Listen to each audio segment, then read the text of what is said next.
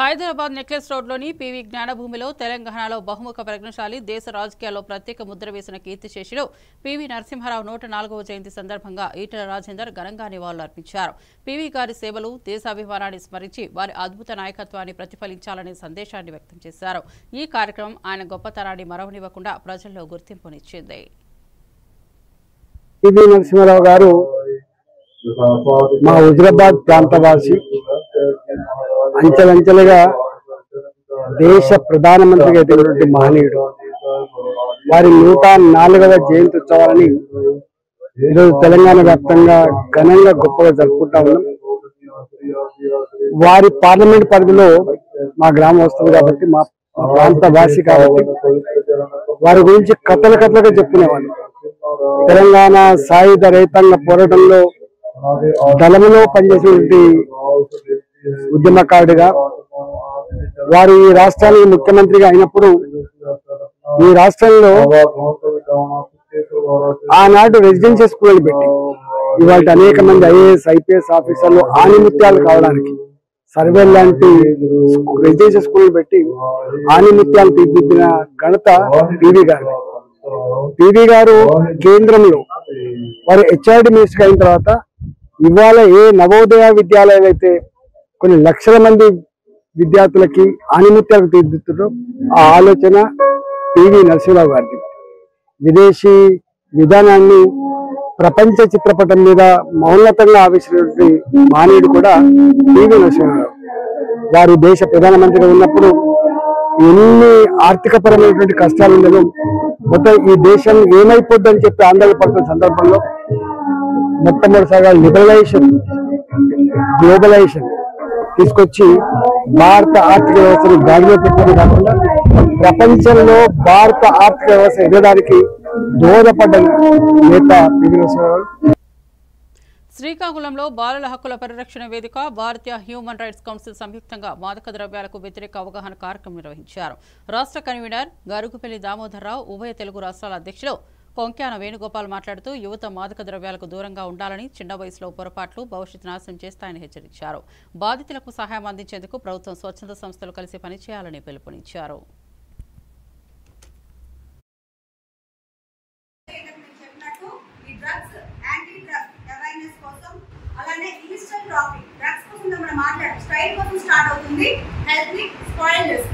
అలాగే ఇల్లిసిటల్ ట్రాఫికింగ్ అంటే అమ్మాయిలు, ఎస్పెషల్ అమ్మాయిల మధ్యకాలంలో అబ్బాయిల్ని కూడా వాళ్ళకి తెలియకుండా వాళ్ళని విదేశాలకి అమ్మాయిలు అంటే సరదాగా ఏదో ఫ్రెండ్లీగా స్టార్ట్ అవుతాయి రిలేషన్షిప్స్ అనేవి.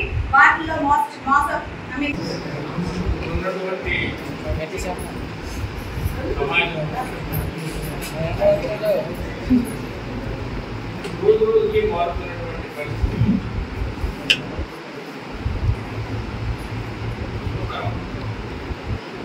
సమాజం బాగుంటుంది. కుటుంబం అంటే ఎవరు? తల్లి తండ్రి ఆబ్వియస్లీ బాగుంటారు. ఇంకా వచ్చేసరికి పిల్లలు ఎన్నో కష్టాలు పడి మిమ్మల్ని ఈరోజు ఏసీ రూముల్లో ఇక్కడ కూర్చోబెట్టి మీకు చదివిస్తున్నారు అంటే ఎవరు కారణం? ఎవరు? అవునా? కానీ మీరు కొన్ని పరిస్థితులకు లోబడి ఎవరిని పట్టుకోవాలి, మార్కెట్లో పెట్టలేడు, కమాండ్లో పెట్టలేడు, పిల్లలు దొరికిపోయాడు. తూర్పుగోదావరి జిల్లా రాజమహేంద్రవరం వద్ద పంచాయతీ కార్యదర్శుల పని భారం తగ్గించాలని జిల్లా కలెక్టర్ కార్యాలయం ముందు ధర్నా చేపట్టారు. లేడీ కార్యదర్శుల పని గంటల సమయం సమర్థంగా లేదని, ఇతర డిపార్ట్మెంట్ల తరహాలో పంచాయతీరాజ్ శాఖల పనులను కూడా పరిగణించాల్సిన అవసరం ఉందని ఆవేదన వ్యక్తం చేశారు. మరణించిన పంచాయతీ కార్యదర్శుల కుటుంబాలను ఆదుకోవాలని, పని భారం సిస్టమేటిక్ గా నియమించాలని వినతిపత్రం సమర్పించారు.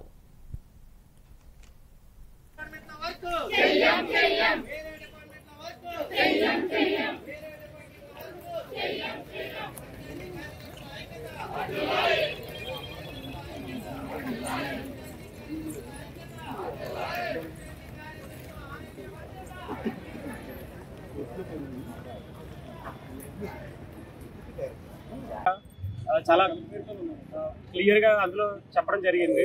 అయితే మాకు అదనపు బాధ్యతల కింద ఈ సచివాలయ విధులు అనేవి మాకు అప్పచెప్పడం జరిగింది.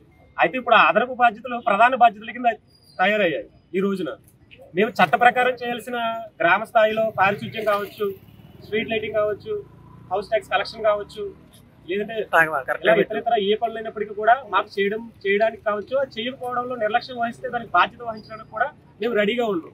కానీ ఈ రోజు సచివాలయంలో ఒక ఇంజనీరింగ్ అసిస్టెంట్ గారు పనిచేయకపోయినా, ఒక వెల్ఫేర్ అసిస్టెంట్ గారు పనిచేయకపోయినా, ఒక డిఏ గారు పనిచేయకపోయినా అక్కడ సెక్రటరీ గారి మీద యాక్షన్ తీసుకుంటామంటున్నారు. ఇది ఎంతవరకు కరెక్ట్? మేము మనుషులమే, మాకు కూడా సమయం ఉంటుంది, మాకు కుటుంబాలు ఉంటాయి, మా కుటుంబాలకు మేము కేటాయించాల్సిన సమయం కూడా ఉంటుంది. కానీ ఈ కూటమి ప్రభుత్వం వచ్చిన తర్వాత చాలా హర్షించాం. కారణం ఏంటి అంటే ఎప్పుడు జరిగిన విధంగా చట్టబద్ధ గ్రామ సభలు అనేవి గిన్నిస్ రికార్డు మేము తీసుకురావడం జరిగింది. కానీ ఏ ఒక్క పై అధికారి కూడా మమ్మల్ని ప్రత్యేకంగా అభినందించకపోగా అసలు మామూలుగా కూడా అభినందించిన సందర్భాలు ఎక్కడ కూడా లేవు. కాబట్టి మాకు అదనపు బాధ్యతలుగా వచ్చినటువంటి సచివాలయం నుంచి, ఆ సచివాలయం DDO అనే ఆ ముళ్ళ కిరీటం నుంచి మమ్మల్ని తప్పించి పూర్తి స్థాయిలో పంచాయతీ విధులపై మమ్మల్ని కేటాయించాల్సిందిగా ఈ కార్యక్రమం దృష్టిని ఉంచుకుని మాట్లాడుతున్నాను. మీ పేరు చెప్పండి. నా పేరు వీరేంద్ర అండి. నేను వెంకటనగరం గ్రామ పంచాయతీలో పంచాయతీ కార్యదర్శి. బుచ్చిరెడ్డిపాలెం నగర పంచాయతీ 2వ వార్డులో కొవ్వూరు శాసనసభ్యురాలు వేమిరెడ్డి ప్రశాంతిరెడ్డి పర్యటించారు. అంబేద్కర్ విగ్రహానికి పూలమాలలు వేసి ఘనంగా నివాళులు అర్పించారు. ప్రజల సమస్యలను తెలుసుకుని అవసరమైన మౌలిక వస్తువులు త్వరగా అందజేస్తామని హామీ ఇచ్చారు. పెన్షన్లు సక్రమంగా అందుతున్నాయా అని వృద్ధులను విచారించారు. చంద్రబాబు నాయుడు ప్రభుత్వం సంక్షేమ పథకాలను త్వరలో ప్రజలకు అందించనున్నట్లు తెలిపారు. కార్యక్రమంలో కూటమి నాయకులు, కార్యకర్తలు పాల్గొన్నారు.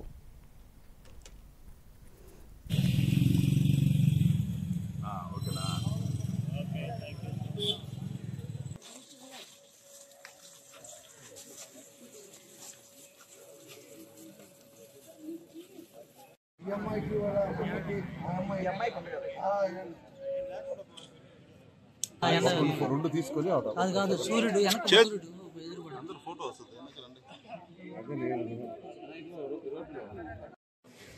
ఈరోజు బుచ్చిరెడ్డిపాలెంలోని 2వ వార్డులో పర్యటించడం జరిగింది. ఇలాగా ప్రతి వార్డు కూడా 20 వార్డులుంటే 20 వార్డులు పర్యటించాలని చెప్పి అనుకున్నాము. ఆల్రెడీ ఒక 5-6 వార్డులు అయిపోయినాయి. ఈరోజు 2వ వార్డు పర్యటించడం జరిగింది.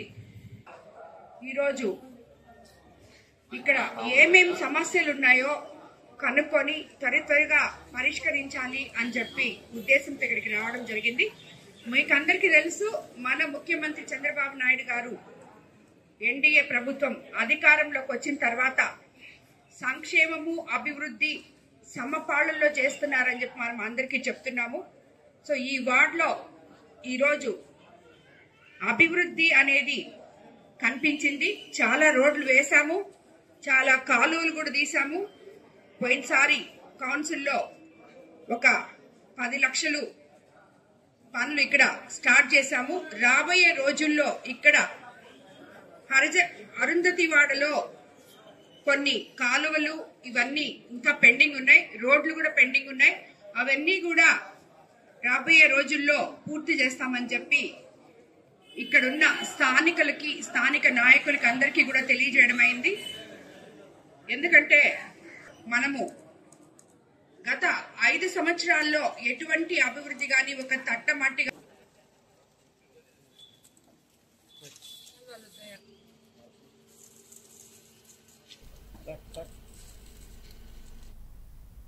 నెల్లూరు జిల్లా కావలిలో ఆషాఢ మాససార సమర్పణ వేడుక వైభవంగా జరిగింది. శ్రీ బ్రహ్మరాంబిక సేవా సమితి, కావలి సేవా బృందాలు నిర్వహించిన కార్యక్రమంలో స్థానిక శాసనసభ్యులు కావ్య కృష్ణారెడ్డి ముఖ్య అతిథిగా పాల్గొన్నారు. లతా థియేటర్, గంగమ్మ ఆలయం నుంచి కలగోల శాంభవి అమ్మవారి ఆలయం వరకు మేళతాళాలతో స్వాగతం పలికారు. వేద పండితులు ప్రత్యేక పూజలు నిర్వహించి అమ్మవారికి పట్టు వస్త్రాలు, సారె సమర్పించారు.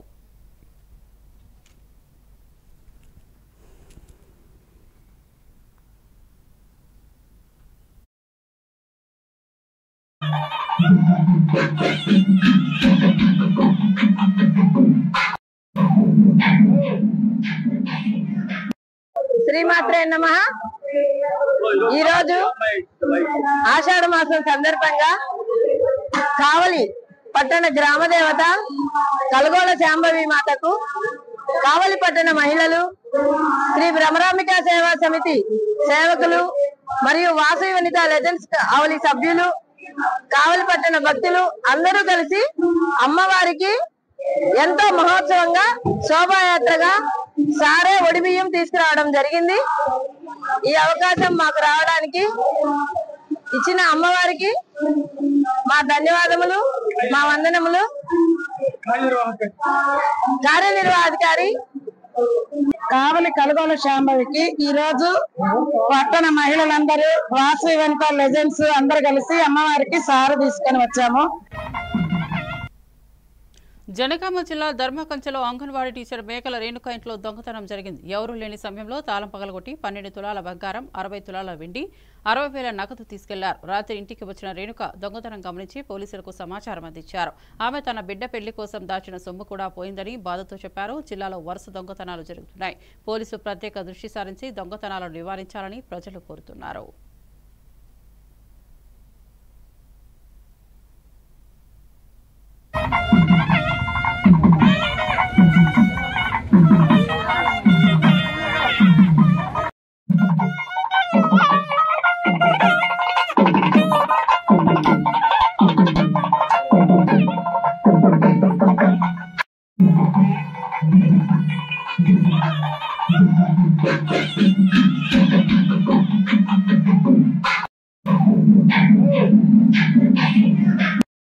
శ్రీమాత్రే నమః.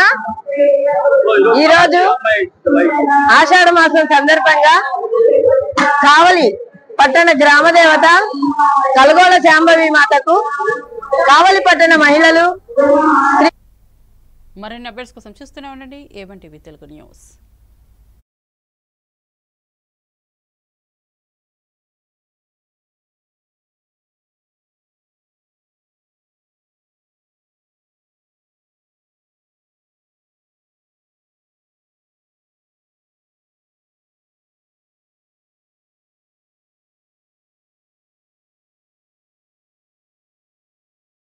ఉన్నా ఏ పార్టీ ఉన్నా అధికారంలో ఉన్నా వారికి డైరెక్ట్గా వచ్చే బెనిఫిట్స్ ఈ యొక్క లోకల్ బాడీ ఎన్నికలు మీరు ఎందుకు నిర్వహిస్తలేరు అని చెప్పి మేము అడుగుతుంటే దాని గురించి ఏ ఒక్క మంత్రి కూడా ఇంతవరకు స్పందించలేదు.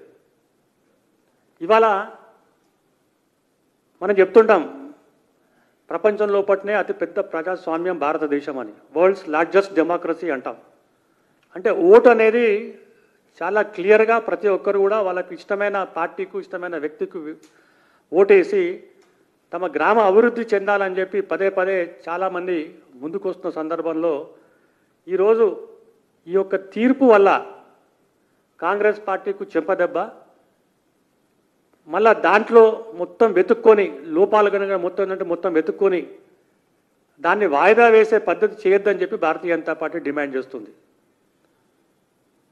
మీరే చెప్తుంటారు కేంద్ర ప్రభుత్వం నుంచి నిధులు వస్తలేవో, మోదీ గారు ప్రభుత్వం ఎప్పుడు కూడా తెలంగాణకు అన్యాయం చేస్తుంది, వేరే రాష్ట్రాలకు భారతీయ జనతా పార్టీ ఎన్డీఏ ప్రభుత్వం అధికారంలో ఉన్న వారికి అనేకమైన నిధులు అనేకమైన అభివృద్ధి కార్యక్రమాలు చేస్తుంది అనే దాని మీద మీరు ఎప్పుడు ఏంటంటే మాట్లాడుతుంటారు. కానీ ఈరోజు ఈ యొక్క ఎన్నికలు జరపాల్సిన బాధ్యత అవసరాన్ని భారతీయ జనతా పార్టీ గుర్తు చేస్తుంది.